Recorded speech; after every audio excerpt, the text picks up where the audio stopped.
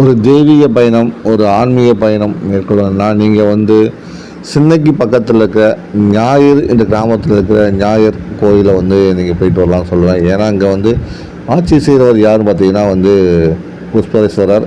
புஷ்பரேஸ்வரர் வந்து சூரிய பகவானுக்கு அருள் கொடுத்த இடம். சூரிய பகவான் வந்து சாயாதேவியை பிரிந்து அந்த காலகட்டத்தில் சாயாதேவியுடன் இணைவதற்காக இந்த தலத்திலிருந்து வழிபட்டு இங்குள்ள சூரிய குலத்தில் வந்து மூழ்கி இழந்து சிவனை வழிபட்ட ஸ்தலம் என்பதனால் வந்து இது ஞாயிறு ஸ்தலம் என்று அழைக்கப்படுகிறது. அதாவது சூரிய ஸ்தலம் என்று அழைக்கப்படுகிறது.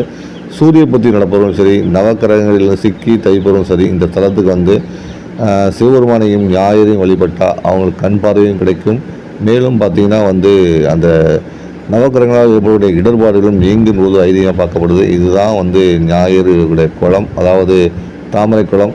எல்லா ஊருங்களையும் ஸ்தல மரம் வந்து மரம் தான் இருக்கும். ஆனால் இந்த கோயிலில் மட்டும்தான் ஸ்தல மரங்கள் என்ன பார்த்திங்கன்னா வந்து செந்தாமரை, தாமரை தான் வந்து இந்த கோயிலுடைய ஸ்தல மரமாக வந்து பார்க்கப்படுது.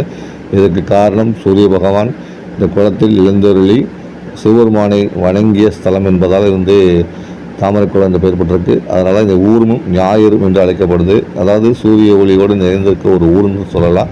ஆலயத்துக்குள் நுழைந்தவுடனே தெய்வீக பரிசம் உள்ள காற்று நம் மீது படுவதை உணர முடியும். ஒரு முறை நீங்கள் வந்து இந்த ஆலயத்தை சென்று வாருங்கள், மனம் மகிழ்ந்திருங்கள், மகிழ்வித்திருங்கள்.